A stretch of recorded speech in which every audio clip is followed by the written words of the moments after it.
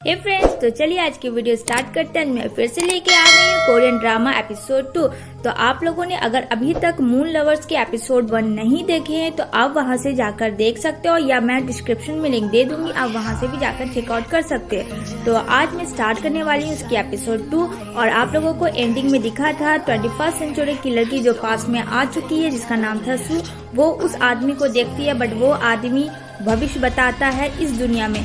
तो यहाँ पे हम लोगों का वो सीन कट टू कट होता है। राजा का जो 4th बेटा होता है, जिसको ऑलरेडी लोगों ने वहाँ का नाम दे दिया है वुल्फ डॉग, वो अपने घोड़े से सवार होकर जा रहा होता है। तभी वहाँ के लोग उससे डर जाते हैं और भागम दौड़ी का माहौल वहाँ पे क्रिएट हो जाता है, जहाँ सू भी होती है और सू को धक्का लग जाता है। जैसे ही सू गिरने वाली होती है तो बहुत ही रोमांटिक अंदाज में वर्ल्ड वुल्फ आते हैं और उसे अपनी बाहों में ले लेते हैं और दोनों का आई कांटेक्ट होता है। बहुत ही प्यारा लुक सीन दिखाया गया। उसके बाद वर्ल्ड वुल्फ जो रहता है वो उसे धक्का दे देता और सू वहाँ से गिर जाती है। तभी सू बहुत ज्यादा चिल्लाने लगती है क्योंकि वो 21st सेंचुरी की थी। उसने कहा कि कोई पुलिस को बुला, ये लड़का मेरे साथ बदतमीजी कर रहा, मुझे ढकेल दिया, मुझे गिरा दिया। वो बहुत चिल्लाने लगती है। तो वहाँ पास की एक लेडी आती है, कहती है कि यहाँ पुलिस नहीं आते हैं, ये तुम्हें पता नहीं ये कौन है? यहाँ का राजकुमार है, हमारे राजा का 4था बेटा है। तो ये सुन के सू काफी शौक में चली जाती है। अब वो चुप हो जाती है, लेकिन फिर भी वो तो डायरी 21st सेंचुरी की, लेकिन उसकी भी बोली बंद नहीं होती है। तो सू बड़बड़ाते हुए ये कहती है, ना जाने राजा को कितने बेटे हैं। दूसरी तरफ हमें देखने को मिलेगा सारे राजकुमार जश्न की तैयारी करते हैं और वांगसुंग को देख के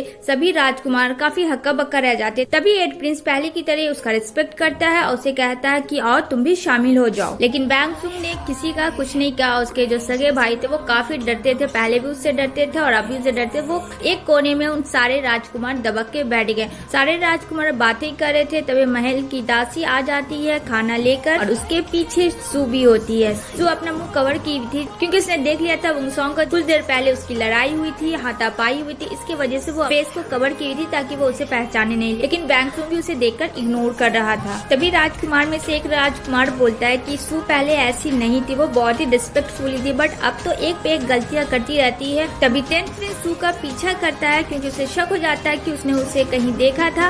तो वो उसका पीछा करते करते रेयन के घर आ जाता है और वहाँ रेयन नहा रही होती है और 10th प्रिंस उसे देख लिया होता है और उसके पीछे रहती 21st सेंचुरी की सू, जो काफी गुस्से में आती है। उसने कहा कि तुम जाके रेयन से माफी मांगो, अगर तुम माफी नहीं मांगोगे तो मैं बहुत चिल्ला चिल्ला के सबको इकट्ठा कर दूंगी। उसके बाद दोनों में फ्रेंड्स हाथापाई हो जाती है, यहाँ तक कि एक दूसरे के दोनों लोग बाल भी पकड़ लेते हैं। उसके बाद बहुत ज्यादा शोर होने से सारे राजकुमार बाहर आते हैं कि क्या हो रहा है। तो ये दोनों को हाथापाई देखकर राजकुमार सब बहुत ज्यादा हंसने लगते हैं। उनकी हंसी रुक नहीं पाती है ये दोनों को आपस में लड़ते हुए देखकर। और उन सारे राजकुमार में से वांगसू भी था जो इसे देख रहा था। उसको एक अलग सा अट्रैक्शन हो रहा था सू के लिए। उसके बाद ये लड़ाई झगड़ा खत्म होने के बाद सू उसके पास आती है और कहती है, क्या तुम्हें नहीं लगता कि तुम्हें मुझसे माफी मांगनी चाहिए क्योंकि तुमने मुझे धक्का दिया था? तो वांगसू बोलता है कि ठीक है, मैं माफी मांग लूंगा, लेकिन उसके लिए भी तैयार रहो तुम, क्योंकि मैं राजा हूँ, मैं तुम्हारा सर कलम कर दूंगा। जिसकी वजह से सू काफी डर जाती है और वहाँ से 9-11 हो जाती है। दूसरी तरफ 10th प्रिंस का मुँह देखने के लायक होता है क्योंकि सारे राजकुमार सारे भाई उसका मजाक उड़ाए रहते हो कि कोई कहता है कि तुम्हारा फेस नीला हो गया, कोई कहता है तुम्हारा फेस काला हो गया। तो 10th प्रिंस बोलता है कि हाँ भाई, पता नहीं उसके इसमें कहाँ से इतनी शक्ति आ गई थी जिसकी वजह से उसने मुझे खूब पीटा। नेक्स्ट सीन में हम लोगों को देखने को मिलेगा वांगसुंग को आए हुए राजमहल में काफी दिन हो गए थे, बट अभी तक वो अपनी माँ से नहीं मिला था, जिस वजह से वो काफी परेशान था।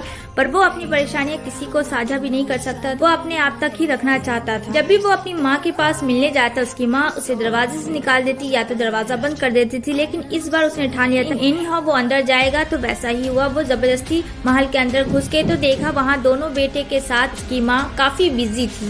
वांगसोंग पूछता है कि माँ तुम कैसी हो? तो वांगसोंग की माँ कहती है, अगर मुझे तुम्हारे बारे में पूछना होता तो मैं तुम्हें जरूर बुलाती, अभी तुम चले जाओ, जब मुझे बुलाना होगा, तुमसे बात करना होगा तो मैं खुद बुला लूंगी। ये सुनकर वांगसोंग काफी उदास हो जाता है। महारानी दोनों बेटे को कहती है, जैसे ही ये फंक्शन खत्म हो जाता है तुम वांगसोंग को कह देना कि जितना जल्दी हो वो यहाँ से चला जाए, मुझे उसे इस महल में नहीं देखना। ये सब देखकर बेचारी सू काफी परेशान हो गई थी और टोटली कंफ्यूज हो गई थी कि उसके साथ क्या हो रहा है। ये सब हालात को देखते हुए वो सोच रही थी वो 21st सेंचुरी में ही वो सही थी, यहाँ वो बेकार आ गई। ये सोचते सोचते उसके दिमाग में ये आ जाता है कि वो जहाँ से आई थी वहीं जाएगी। तो वो कहाँ से आई थी? राजकुमार के प्राइवेट स्विमिंग पूल से। तो वो वहीं निकल जाती है वापस अपनी जिंदगी में जाने के लिए। उधर वैंग सॉन्ग अपना मास्क उतार के उसी स्विमिंग पूल में नहाने के लिए उतरता है। वैंग सॉन्ग अपनी माँ के उस बर्ताव से काफी परेशान था। वो सोच ही रहा होता था तभी उस पानी के अंदर से अचानक से निकल जाती है। ये वैंग सॉन्ग देखकर शॉक में चला जाता है कि ये अंदर से कहाँ से आई, क्योंकि ये तो प्राइवेट राजकुमार के लिए स्विमिंग पूल है, बट ये लड़की यहाँ क्या कर रही है। सू उसे बिना मास्क के वैंग सॉन्ग को देख लेती है और वैंग सॉन्ग थोड़ी देर के लिए तो तुरंत अपना फेस कवर कर लेता है, बट बहुत ज्यादा उसे गुस्सा आता है। उसका गला चीप देता है, कहता है कि अगर ये बात तुमने किसी को बताई तो मैं तुम्हें जान से मार दूंगा। इतना कहकर वैंग सॉन्ग वहाँ से चला जाता है। उसके जाते ही सू नोटिस करती है कि कुछ सामान वैंग सॉन्ग का छूट जाता है। बहुत ही सुंदर सा हेयर बैंड रहता है जो उसने अपनी माँ को गिफ्ट देने के लिए सोचा था, पर जैसे ही वो रूम में गया था तो उसे महंगा गिफ्ट उनके दोनों बेटे ने दे दिया था, जिसकी वजह से वैंग सॉन्ग की बिल्कुल हिम्मत नहीं हुई कि वो उसे दे, जिसके कारण वो वहीं पे छूट गया था स्विमिंग पूल में। वो हेयर बैंड कहीं खो न जाए, जिसकी वजह से सू उसे अपने पास रख लेती है। जब वो वापस राजमहल जाती है तो देखती है कि उसकी बहन और 8 प्रिंस काफी टेंशन में रहता है। सू से पूछा कि तुम कहाँ चली गई थी, हम सब कितने परेशान हो गए थे, मैं चारों ओर खोज रहे थे। सू अंदर ही आती है, रेयन से पूछती है कि वैंग सॉन्ग से इतना क्यों लोग डरते हैं। रेयन से बताती है कि बचपन में ही उसे अडॉप्ट कर लिया गया था और जहाँ उसे भेजा गया था वहाँ एक भी वुल्फ नहीं है, क्योंकि वैंग सॉन्ग ने सभी को मार दिया था, जिसकी वजह से वहाँ के लोग काफी डर गए और इसे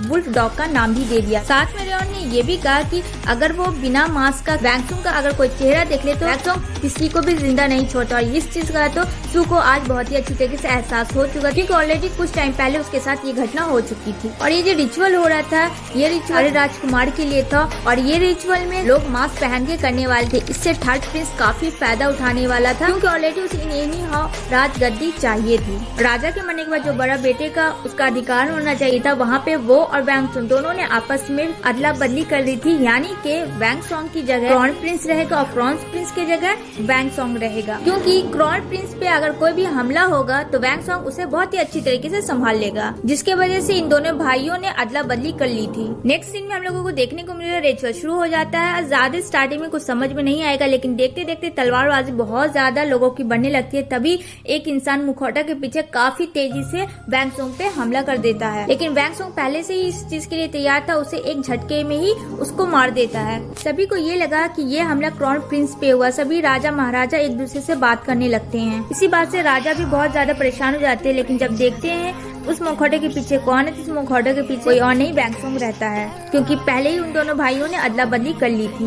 राजा एक बार भी नहीं करता वैंग सॉन्ग को देखकर कि तुम कैसे हो, उल्टा उसी पे चिल्लाने लगता है कि क्राउन प्रिंस कहाँ है और क्राउन प्रिंस के साथ तुमने क्या किया। इस बात से वैंग सॉन्ग को काफी ज्यादा बुरा लगता है, क्योंकि ऑलरेडी उसकी माँ ने भी उसे धक्का देके बाहर निकाल दिया था और अब उसके पिता भी उस पे ही ब्लेम कर रहे थे। वैंग सॉन्ग ये चीज समझ नहीं पा रहा था कि उसके साथ ऐसे उनके अपने ही माता पिता क्यों करे, क्यों था तो वैंग सॉन्ग उन्हीं दोनों का अपना बेटा। हमला करके हमलावर वहाँ से भाग जाते हैं, जंगलों में चले जाते हैं और सू उसे देख लेती है कि कौन मारना चाहता था, लेकिन सू उन लीडरों को नहीं देख सकती है। थर्ड प्रिंस को ऐसा लगता है एक सेकंड के लिए इसे मारते हुए किसी ने देखा है, पर वो श्योर नहीं होता है, क्योंकि सू वहाँ से भाग जाती है। उन्हीं सब आदमी वैंग सॉन्ग के हाथ एक आदमी लग जाता है जिसने हमला किया था, तो वो उसे कहता है अगर उसने बता देगा कि क्राउन प्रिंस पे किसने कहा था हमला करने के लिए तो वो उसे मारेगा नहीं, उसे जाने देगा। वो आदमी जैसे ही सच्चाई बता रहा होता है, वैंग सॉन्ग को देख के काफी डर गया था, तो सडनली वहाँ पे सू आ जाती है और सू के गले में वो आदमी चाकू लगा देता है और कहता है अगर तुमने मुझे जाने नहीं दिया तो मैं सू को मार दूंगा। वैंग सॉन्ग कहता है कि तुम इस लड़की को